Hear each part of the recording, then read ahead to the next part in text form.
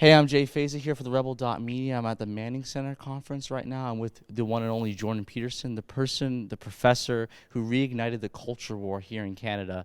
Hi, Jordan Peterson. It's good to Hi. be with you. I'm a Nice big to see fan. you. Thanks. One of the reasons why you're incredibly popular is that you stand up for the freedom of speech and expression on university campuses. Now, I'm part of a pro-life club, and as being part of a pro-lifer and as being part of a pro-life club, we get silenced tremendously. And it's great to have people and voices out there that's willing to stand up for us. Why is it exactly? What's the thought process within the faculties, not only within the student union, but also with the professors, that convinces them not to stand up for the freedom of speech and expression, even for controversial ideas? Well, I'm going to tell you a story, all right? I think I read this in one of Robert Sapolsky's books, and it's a story, weirdly enough, about zebras. Okay, so everybody says that zebras are camouflaged, right? That's why they have black and white stripes, but of course that seems absurd because they're out on the veldt. And so you can see a black and white striped animal a mile away, no problem. Lions are camouflaged. Okay, so biologists go out to study zebras. And they're taking notes, they're looking at a zebra, they take a note, they look away, they look up. They can't tell which zebra they were looking at because the black and white stripes break up the animal, not against the veldt, but against the herd. So they're camouflaged against the herd. Okay, so they think, well, we better do something about this or we're not going to learn anything about zebras. So they take a jeep and go up to the herd and take a stick with a rag on the end of it and dip it in red paint and daub the zebra's haunch or clip its ear with like a cattle clip so they can identify it. Lions kill it. Right, so here's the thing. If you're identifiable in a herd, the predators will eat you. All right, so human beings, we're prey animals too, you know. We're also predators, but we're also prey animals. And so the question isn't why don't people speak up? The question is under what conditions will anyone ever speak up? Because the cost of speaking up is that you put your head up above the rest, right? You identify yourself, and then you can be targeted. And that's a real threat. It's not trivial, that threat. You know, one of the things that convinced me to make the first video, the first of the 3 videos that I first made on these issues, was a comment by one of my colleagues who I like, and who's a very good academic. And he said, the net social benefit of me speaking out is negligible and the personal cost is overwhelming. Now, that may not be true, but it certainly could be true, right? I mean, in the first month or so, month and a half after I made these videos, which I certainly never expected to have anywhere near the effect that they've had, my job was genuinely at risk, and I was being pilloried by a variety of, you know, professional activist types for all sorts of heinous attitudes and behaviors, none of which were representative of me as far as I was concerned. But it's nerve-wracking, to say the least, and I put my family at risk because of course they're dependent to some degree on the stability of my career, and so people have real reasons to be afraid. But that's not the issue. Is there's always reasons to be afraid. Everything you do is a risk, and everything you don't do is a risk, and so you get to pick your risks. And I knew at the time that I made the videos that for me the risk of not speaking out was far greater than the risk of speaking out, because I could see, I think, can see what's happening. I could see it coming. I can see it coming, and it's reflected in the intense polarization, increasing polarization in our societies. And there's massive geological entities moving underneath the surface. You know, they're like ice flows, and we're standing on top of them, and that's dangerous. And the way through it is to think and to speak and to communicate so that we can negotiate our way through this mess without having to resort to violence, because violence is the alternative to free speech. That's it. Violence or submission is the alternative to free speech. So that's not a good alternative, not at all. In your speech that you did today regarding free speech and censorship on campuses, you spoke about postmodernist thought, and a lot of that thought is also echoed in your YouTube videos as you talk about Solzhenitsyn and Nietzsche and their predictions of the 20th century and what happened. Could you just define postmodernist thought and social constructionist thought as well for people who don't understand it? The postmodernist thought is predicated on the idea that the ideals of modernism, so those in some sense would be Enlightenment ideals, the ideas of rational discourse and objectivity and say scientific inquiry and and the free exchange of ideas and the marketplace of ideas, and even the idea of, say, liberal education itself, which is a core value of the universities, that's all to be dispensed with, because there are no overarching truths. That's the postmodernist stance. There are no overarching truths. Everything is up for grabs. Now, of course, that's an internally contradictory philosophy, because it leads you with no direction for action. But the postmodernists deal with that by allowing their philosophy to be nested inside of a Marxist doctrine. And so all the postmodernists, the French postmodernists, were Marxists to begin with. And so when their postmodernism provides them with no direction, because it can't, they just revert to the idea that it's oppressor against oppressed. And they define that by whatever categorical structure is handy at the time, right? I mean, it can be race, it can be ethnicity, it can be language, it can be gender, it can be sex. And the problem with that is that it can be any indefinite number of other things as well. So the oppressor versus oppressed narrative is one that isn't questioned by postmodernists, because they're basically Marxists as well, even though that really can't exist as an overarching narrative from the postmodern perspective. But it was a system of ideas developed by French intellectuals in the 1970s, especially Jacques Derrida. Michel Foucault is another one, Jacques Lacan. There's a handful of them, and it's founded on an important observation, which is that it's difficult to dissociate the observer from the observed, which is to say that when you approach any situation, whatever it happens to be, you're going to bring a set of inbuilt biases to bear on it. And that colors your interpretation. And because that's the case, your interpretation of something will be different than someone else's and different than someone else's. It's not easy to come up with a canonical interpretation. So the question would be, well, what is this book about? Well, there's a very large number of answers to that question. And so the postmodernists have hijacked that observation to say that, well, there's no real stability in viewpoint or value. And also that value systems in and of themselves are oppressive and always pit the oppressor against the victim, and so should be dispensed with. Well, that's the fundamental claim of postmodernism. Value systems should be dispensed with because they cause oppressor and oppressed.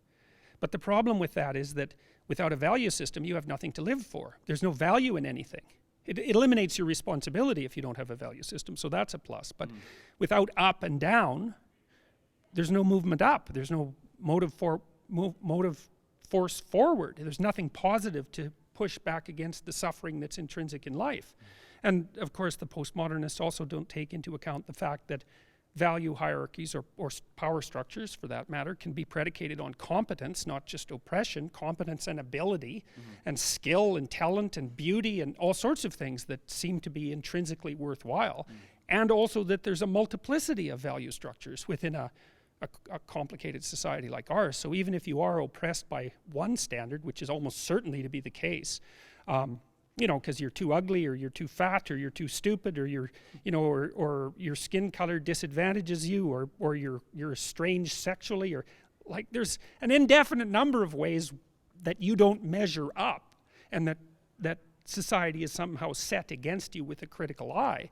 But then there's a very large number of games you could play, and just because you're a loser in one of them or two of them or 10 doesn't mean you have to be a loser in all. And the postmodernists don't take that into account. They consider the value structure, that's the patriarchy, and it's universally oppressive, and all the victimized people are the same. It's like, no, they're not. It's wrong. It's foolish. It's unidimensional. It's low resolution. It's pseudo-intellectual. And it's absolutely, it dominates the universities, because you can learn it in about a week. You sound like an intellectual to outsiders, and you don't have to do any work, any real thinking. Perfect solution. So in your speech, you spoke about Milo, and one of the things that you compared him to a jester, and you said that he's a jester, and I suppose in that analogy, society's the king, whereas the jester is the only person who could actually be a provocateur and actually say things that the normal public couldn't say around the king. Fool. It's a trickster figure, archetypally speaking. And Carl Jung regarded the trickster as the precursor to the savior. And it's a very complicated idea. What it basically means is that in order to find your genuine voice, or even to move the truth forward, you have to be willing to be a fool. Because you don't know enough really to speak on behalf of the truth. And so by even attempting to do so, you're going to put yourself in an awkward position and make mistakes, right? And so you have to be willing to do that. And so that's really Milo's position. He's a provocateur. But many of the people who are coming out in support of free speech, let's say, are comedians. Joe Rogan's a good example. You know, and I think it's because, and one of the things that's really interesting about comedians is that comedians say what everyone is thinking, but won't say. And that's why people laugh. It's like, what's his name, the Canadian comic who's always making racial jokes. The Indian Russell? Russell Peters. Yeah, I mean, it's so interesting to watch him because he goes in front of 60,000 people. It's like a UN wherever he goes. And every group is waiting to be insulted and just hoping it will happen. So are provocateurs now the free speech activists in, let's say, in the public eye? Yeah. Because they're the only ones who actually have not only guts to do it, but they could say stuff and they could almost get away from serious public scrutiny. Yeah, well, the thing is they also tend to include themselves in the joke. That's the thing about a comedian. You know, he won't say you're stupid. He'll say we're stupid and here's how. And then maybe he'll use himself as a classic example. And everybody goes, oh yeah, we really are stupid like that. And you know, that's good comedians do that. It's one of the things that's really characteristic of British comedy. Because the Brits always, in their comedy, in their satire, they always include themselves in the population of those who are being satirized. The Monty Python troupe was a good example of that, right? They knew perfectly well that they were exactly the kind of upper class twits that they were always making fun of. And so it's like, here we are, human beings, aren't we foolish and ridiculous like rhinoceroses and penguins, yet we have this capacity to stand up above our foolishness and to view it with a critical eye and to separate ourselves from it at the same time. Yes, I'm an idiot, but maybe the next time I don't have to be. That's interesting because intellectuals do not take that approach when they're in their studies, but it seems like comedians are the actual ones who are, because I have way more respect for Milo and way more love for Milo than I do for any sort of political activist out there on the left. Even on the right, you could see it, people are afraid to say what they want to say. Yeah. And it seems like provocateurs and people like Milo are the ones who actually have the balls to actually say what's on their mind. You saw that sort of thing very, very frequently in the 1960s by the comedians of the left, because a huge number of people who were comedians were speaking on behalf of the same ideas that the students for free speech and so forth were speaking out for back in the early 60s. And so the comics can mouth ideas from across the ideological spectrum. The issue is that they don't have to give a damn. It's because, well, I'm a comedian. It's like, can't you take a joke? And the more bitter and pointed the joke, often the funnier. The more provoking, the more it moves close to that edge of forbidden speech, the more funny it is and the more of a relief it is. And so, so Milo, Milo's a trickster, no doubt about it. He's an archetypal trickster. And that's why people who fight for freedom of speech love him, because he's bringing that issue to the forefront.